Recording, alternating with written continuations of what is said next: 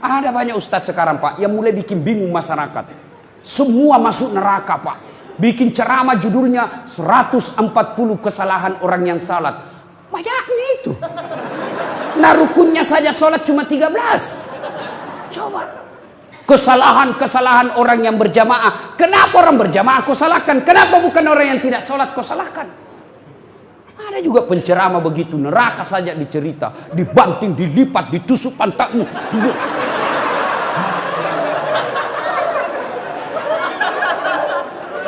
Itu saja ceramahnya Pak, bid'ah saja, bid'ah masuk neraka. Nenekmu punya neraka.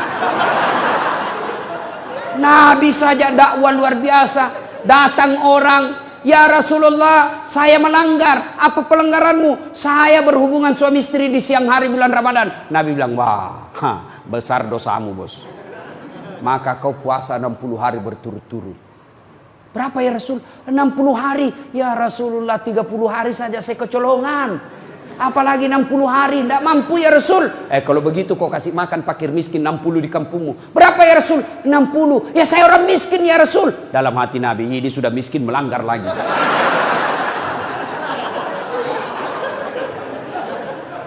Kata Nabi, kalau begitu sudah, kau bawa ini kurma, bawa kau di kampungmu ini, kasih cari orang miskin. Ya Rasulullah, saya paling miskin di kampungku.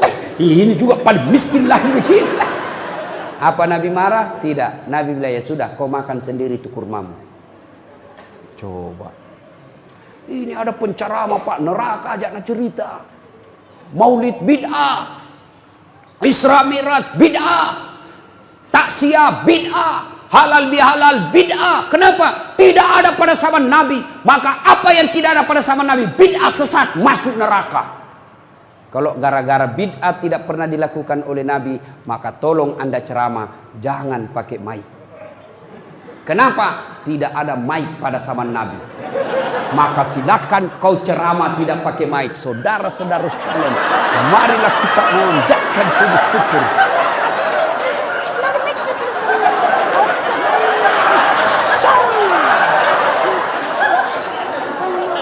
Iya toh? Maka yang baik penceramah, kalau berbeda pendapat, kemukakan semua pendapat ahli mazhab, sudah itu silahkan jamaah yang memilih. Berbeda pendapat dalam Islam itu hal yang lumrah. Berbeda pendapat dalam Islam itu rahmah. Yang menjadi masalah kalau Anda tidak mau menerima perbedaan pendapat dan menyalahkan pendapat orang. Itu salah. Bagaimana kunut? Boleh. Tidak kunut? Boleh. Kunut boleh, tidak kunut boleh. Jadi yang mana yang salah? Yang tidak sembahyang subuh. Jelas itu bos. Ya, jelas. Jangan sombong gara-gara ilmu. Apalagi yang kasih sombong orang. Ada pangkat jabatan, anggota DPR, bupati. Jangan kau sombong bos. Kau jadi bupati karena dipilih oleh rakyat. Tidak ada pilih kok. Wabillahi taufiq wal hidayah. Anggota DPR, jangan kau sombong. Kau jadi duduk anggota DPR karena ada rakyat memilihmu. Anggota DPR kalau mau dipilih kayak pengemis, tolong bang, kasihan saya. Kalau bukan kau, mati saya, dimalu saya. Tolong kasihan, tolong bang, idik mati ko si idik, mandi ko dek gagai idik mati kak kasihan. Tolong saya. Waktunya mau dipilih kayak pengemis, sekali jadi anggota DPRD kayak raja, susah ditemui. Sibuk saya, di reject kita punya telepon. Masya Allah. Jangan sombong, lambat loading itu. Apalagi yang membuat orang sombong? Apa? Harta. Jangan sombong gara-gara harta. Tidak, Allah tidak larang kamu kaya. Allah tidak larang kamu banyak duit. Tapi Allah larang kalau engkau meremehkan orang miskin. Ya. Jangan sombong gara-gara kaya. Allah marah. Nah tegur ki seperti tsunami di Palu. Gempa di Donggala. Sekejap tidak sampai 5 menit miskin. Coba. Ya, jangan sombong gara-gara harta. Kalau Allah marah, banyak duitmu, kasih bangkrut. Oke, masih banyak duit, masih banyak duitnya. Tapi kalau Allah marah, apa? Nah, kasih penyakit dalam diri kita sehingga banyak duit tidak ada bisa dia makan. Banyak orang kaya itu berhadapan meja makan, bukan makanan, nah pikir apa? Penyakit. asam urat, kolesterol, ginjal. Aduh, nggak ada bisa kumakan. Duitnya 7 miliar tapi dilarang makan nasi. Apa enaknya dilarang makan nasi, dilarang makan garam, dilarang makan gula, dilarang makan petsin, dilarang makan daging, dilarang makan, semua dilarang. Apa yang bisa makan? Ubi rebus. 7 miliar uangnya di ubi bisa makan. Cilaka ngana. Nah, begitu dia ke dokter, apa dia bilang dokter? Bapak selama aktif tidak pernah kena matahari. Mulai besok bapak harus kena jemur matahari. Mulai jam 7:30 sampai jam 10 bapak keliling di kompleks. Jangan pakai baju ya. Nah, bapak pakai celana pendek, jangan pakai sendal.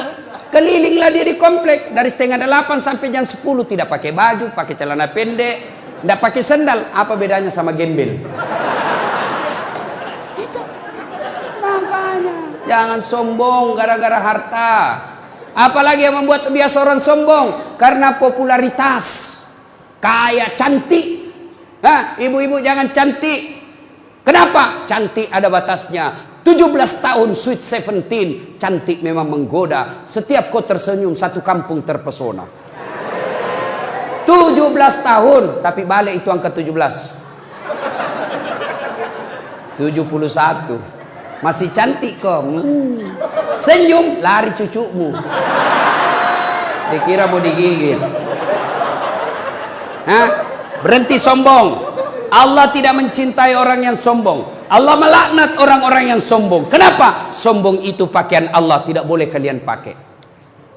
Kenapa? Itulah sebabnya Asmaul Husna yang kita baca tadi, 1 dari 99 nama Allah ada disebut Al-Mutakabbir. Apa itu? Yang maha kaya, yang maha sombong. Kenapa Al-Mutakabbir maha sombong? Kenapa Allah maha sombong? Karena memang hanya Allah yang tak terbatas. Apa yang disombongkan kita, Pak? Di atas langit ada langit. Bapak kaya, masih ada lebih kaya dari Bapak.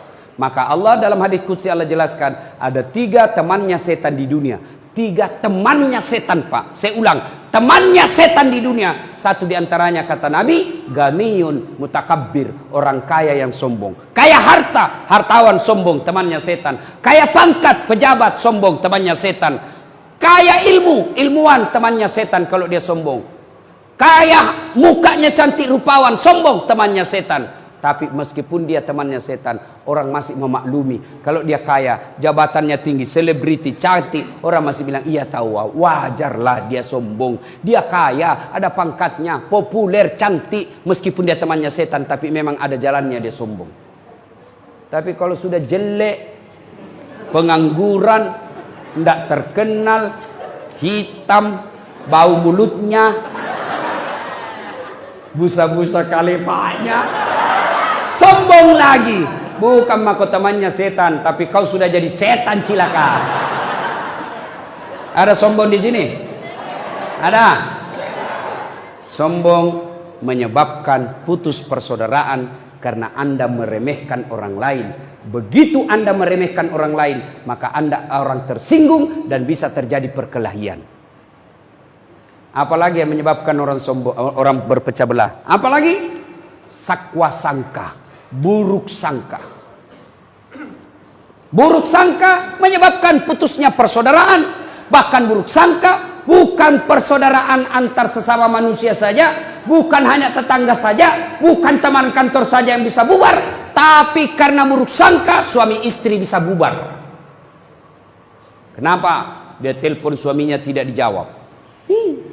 2 kali nak telepon tidak dijawab. Akhirnya apa? Buruk sangka nih. Pasti ketemu lagi tuh temannya.